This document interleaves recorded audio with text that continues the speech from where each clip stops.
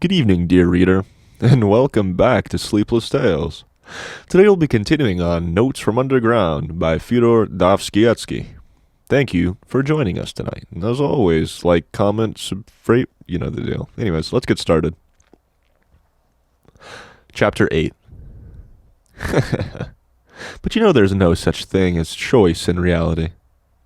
Say what you like. You'll interpose with a chuckle. Science has succeeded in so far analyzing man that we know already that choice and what is called freedom of will is nothing else than... Stay, gentlemen. I meant to begin with that myself. I confess. I was rather frightened. I was just going to say that the devil only knows what choice depends on, and that perhaps that was a very good thing. But I remembered the teaching of science and pulled myself up. And here you've begun upon it. Indeed, if there really is someday discovered a formula for all our desires and caprices. That is, an explanation of what they depend on, but what laws they arise and how they develop, what they are aiming at in one case and in another, and so on. That is a real mathematical formula. Then, most likely, man will at once cease to feel desire. Indeed, he'll be certain to. For who would want to choose by rule? Besides, he will at once be transformed from a human being into an organ stop, or something of the sort. For what is a man without desires, without free will, and without choice, if not a stop and an organ? What do you think? Let us reckon the chances. Can such a thing happen, or not? You decide. Our choice is usually mistaken from a false view of our advantage. We sometimes choose absolute nonsense because, in our foolishness, we see in that nonsense the easiest means for attaining a supposed advantage. But when all that is perfectly explained and worked out on paper, which is possible, for it is contemptible and senseless to suppose that some laws of nature man will never understand, then certainly so-called desires will no longer exist. For if a desire should come into conflict with reason, we shall then reason and not desire, because it will be impossible retaining our reason to be senseless in our desires, and in that way knowingly act against reason and desire to injure ourselves. And as all choice and reasoning can be really calculated, because there will someday be discovered the laws of our so-called free will. So, joking apart, there may one day be something like a table constructed of them, so that we really shall choose in accordance with it. If, for instance, some day they calculate and prove to me that I made a long nose at someone because I could not help making a long nose at him, and that I had to do it in that particular way, what freedom is left to me, especially if I am a learned man and have taken my degree somewhere? Then I should be able to calculate my whole life for 30 years beforehand. In short, if this could be arranged, there would be nothing left for us to do. Anyways, we should have to understand that, and in fact, we ought unwaringly to repeat to ourselves that at such and such a time, and in such and such circumstances, nature does not ask our leave, that we have got to take her as she is, and not fashion her to suit our fancy. And if we really aspire to formulas and tables of rules, and, well, even to the chemical retort, there's no help for it. We must accept the retort too, or else it will be accepted without our consent. Yes, but here I come to a stop. Gentlemen, you must excuse me for being overly philosophical. It's the result of 40 years underground. Allow me to indulge you my fancy. You see, gentlemen, reason is an excellent thing. There's no disputing that. But reason is nothing but reason, and satisfies only the rational side of a man's nature, while will is a manifestation of the whole life, that is, of the whole human life, including reason and all the impulses. And although our life, in this manifestation of it, is often worthless, yet it is life, and not simply extracting square roots.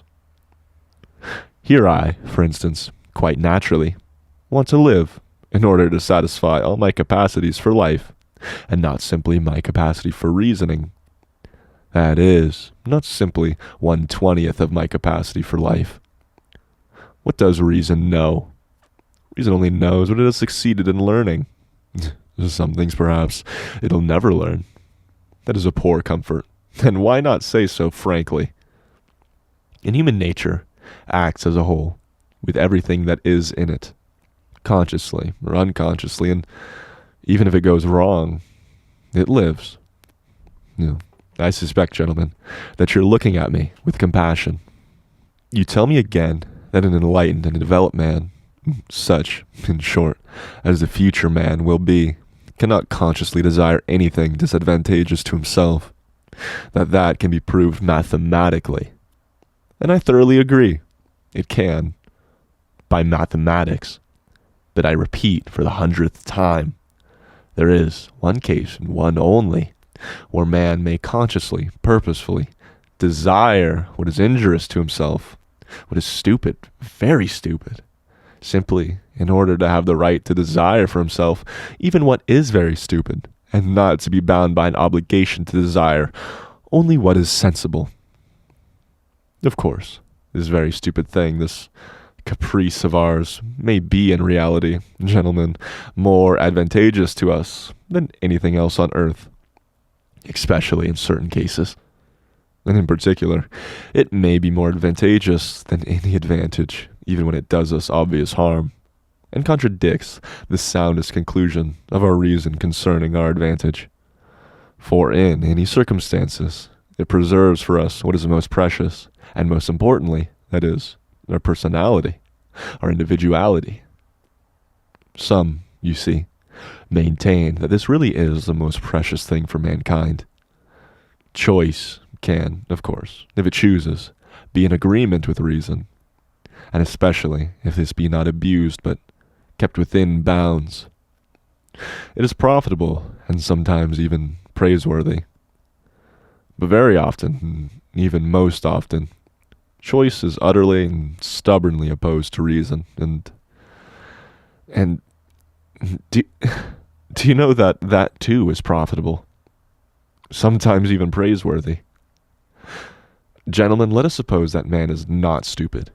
Indeed, one cannot refuse to suppose that, if only from one consideration that if man is stupid, then who is wise? But if he is not stupid, he is monstrously ungrateful, phenomenally ungrateful.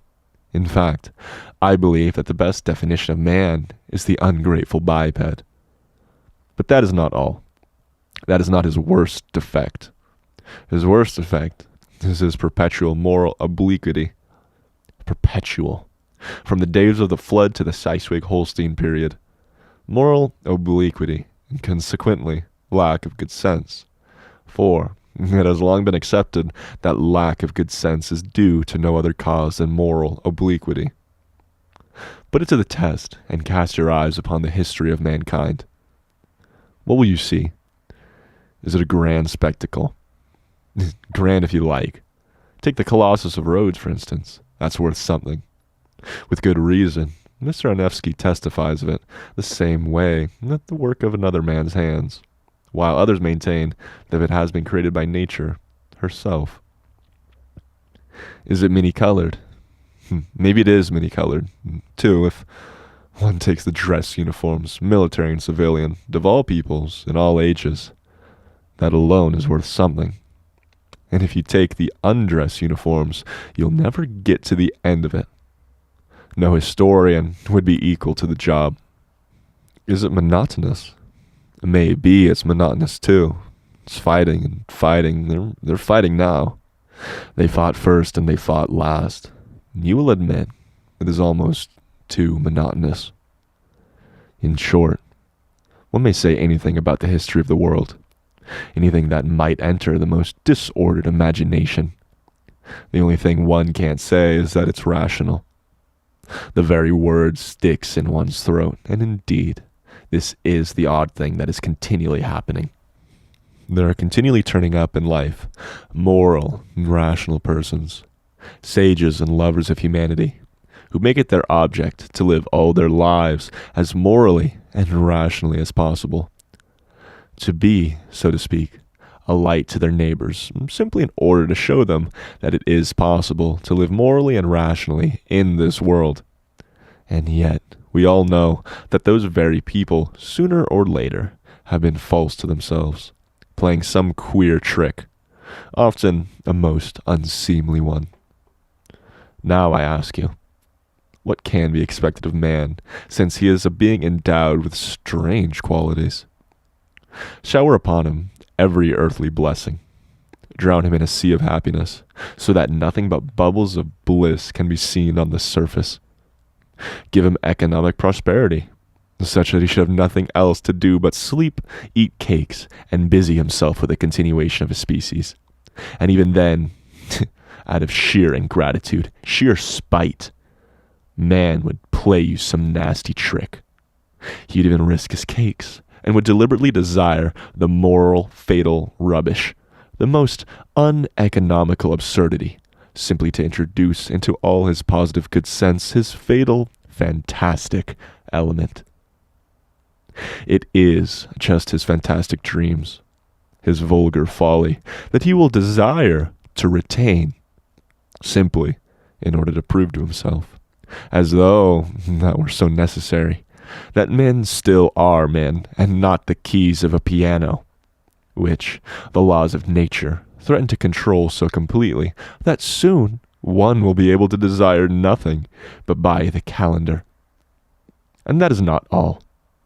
Even if man really were nothing but a piano key, even if this were proved to him by natural science and mathematics, even then he would not become reasonable.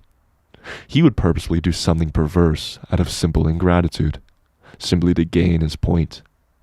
And even if he does not find means, he will contrive destruction and chaos, will contrive sufferings of all sorts only to gain his point.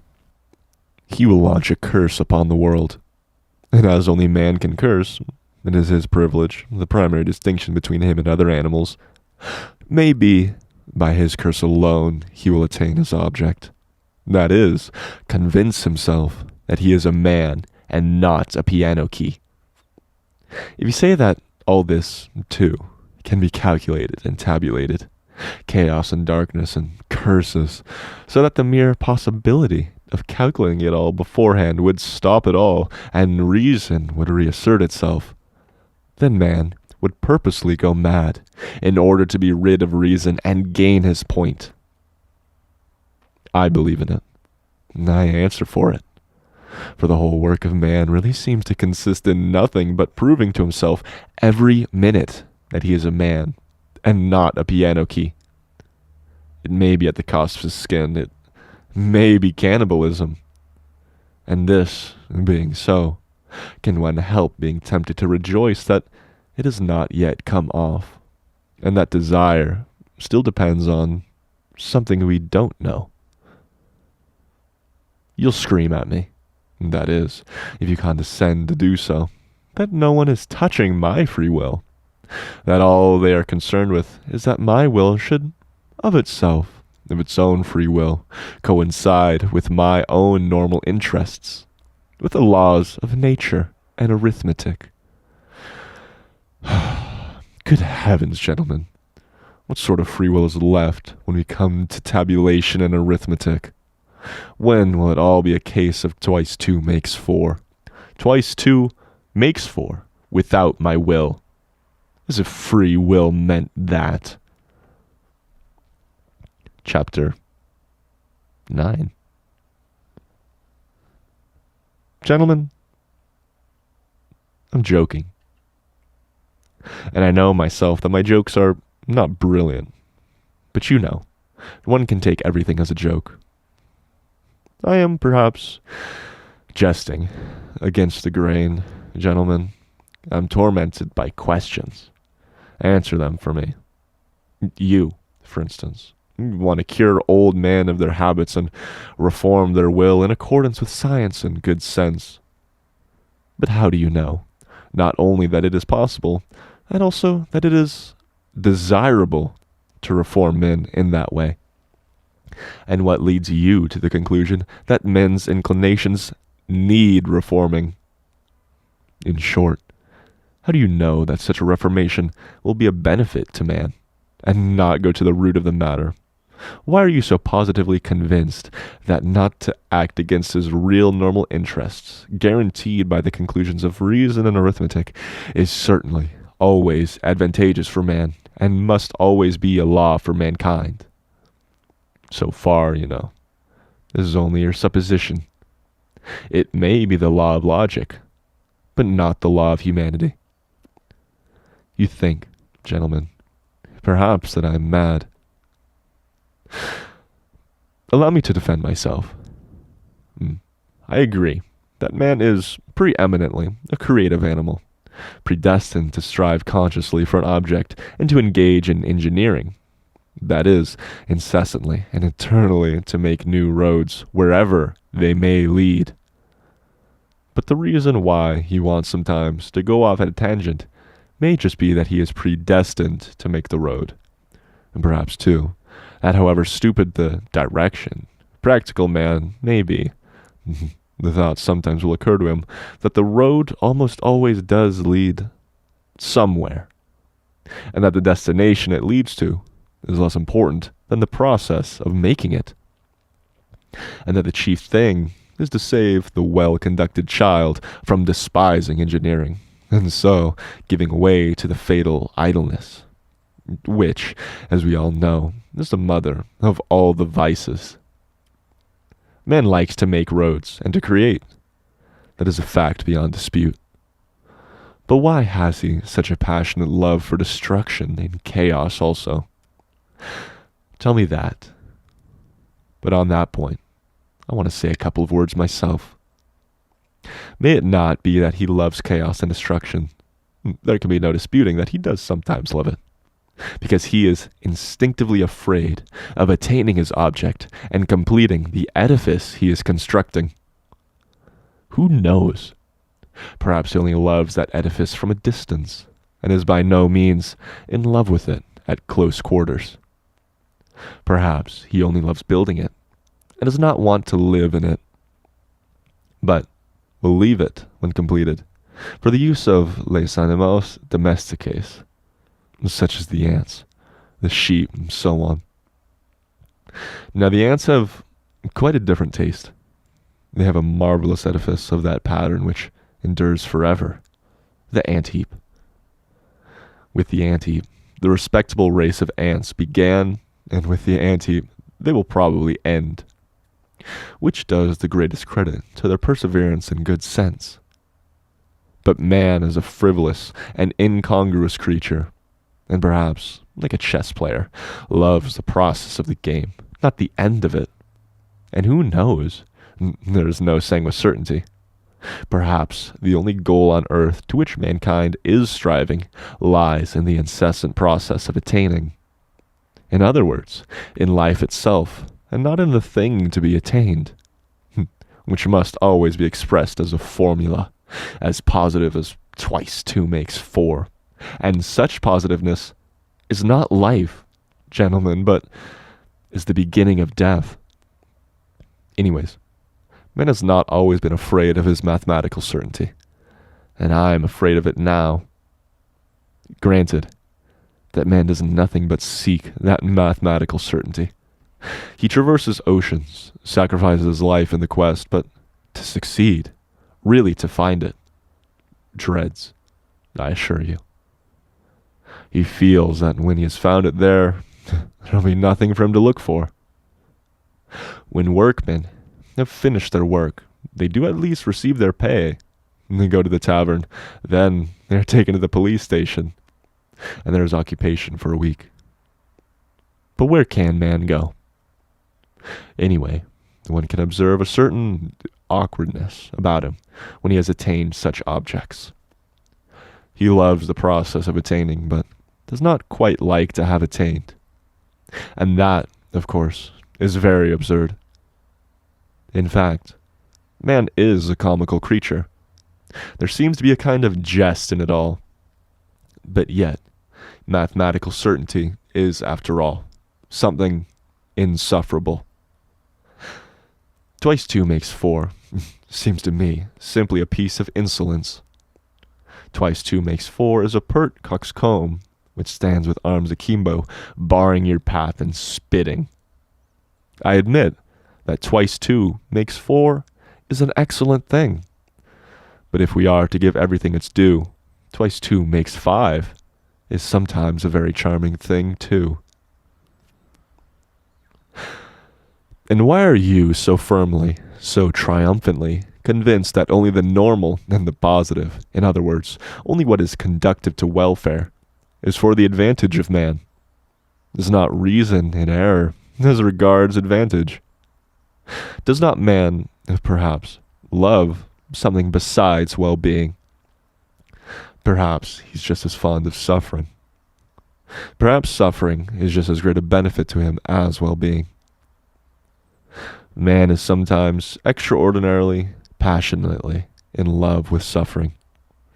And that is a fact. There is no need to appeal to universal history to prove that. Only ask yourself, if you are a man and have lived at all. As far as my personal opinion is concerned, to care only for well-beings seems to me positively ill-bred, whether it's good or bad. It is sometimes very pleasant, too, to smash things.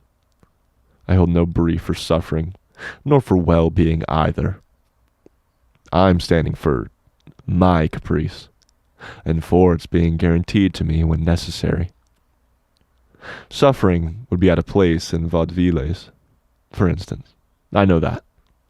In the Palace of Crystal, it's unthinkable. Suffering means doubt, negation. And what would be the good of the Palace of Crystal if there could be any doubt about it? And yet I think man will never renounce real suffering.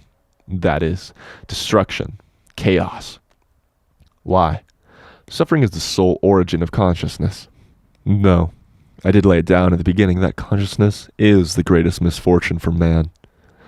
Yet I know that man prizes it, and would not give it up for any satisfaction.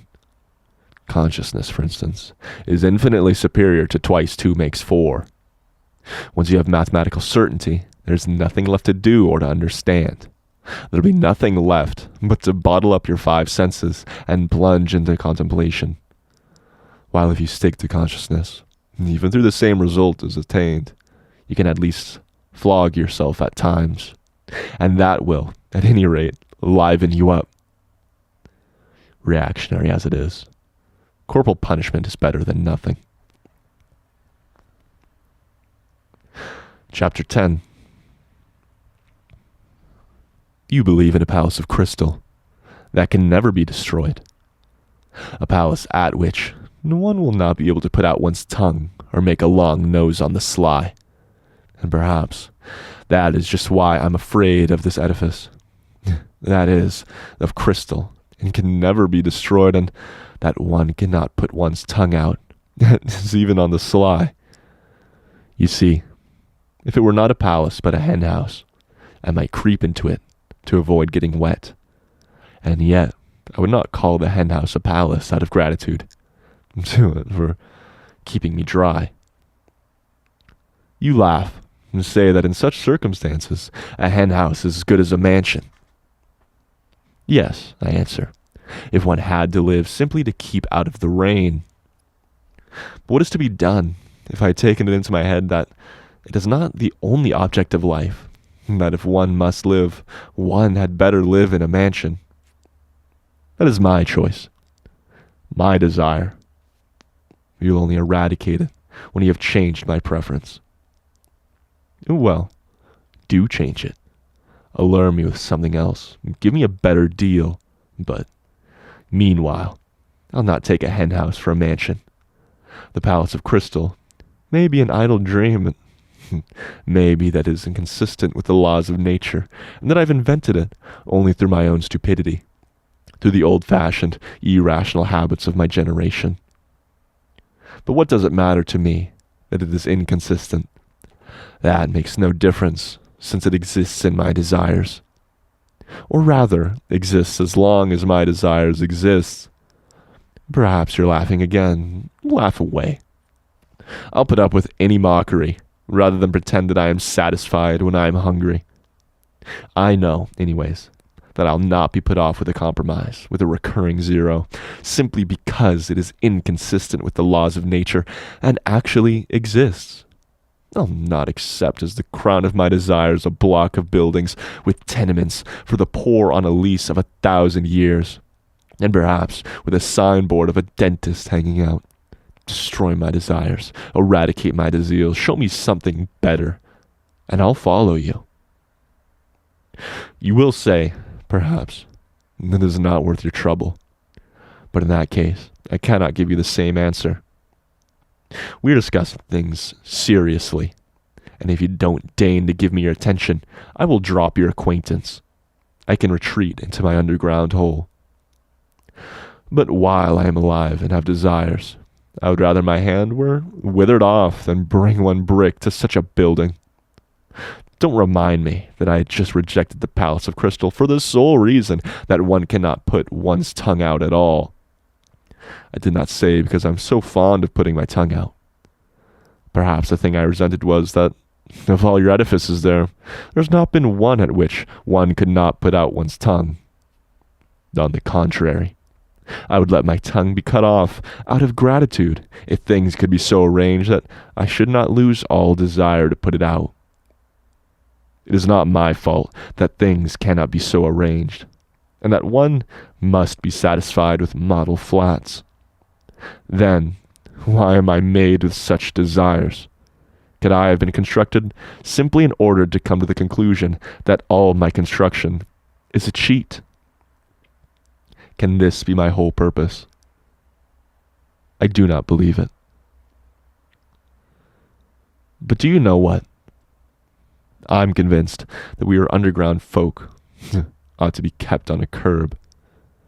Though we may sit 40 years underground without speaking, when we do come out into the light of day and break out, we talk and talk and talk.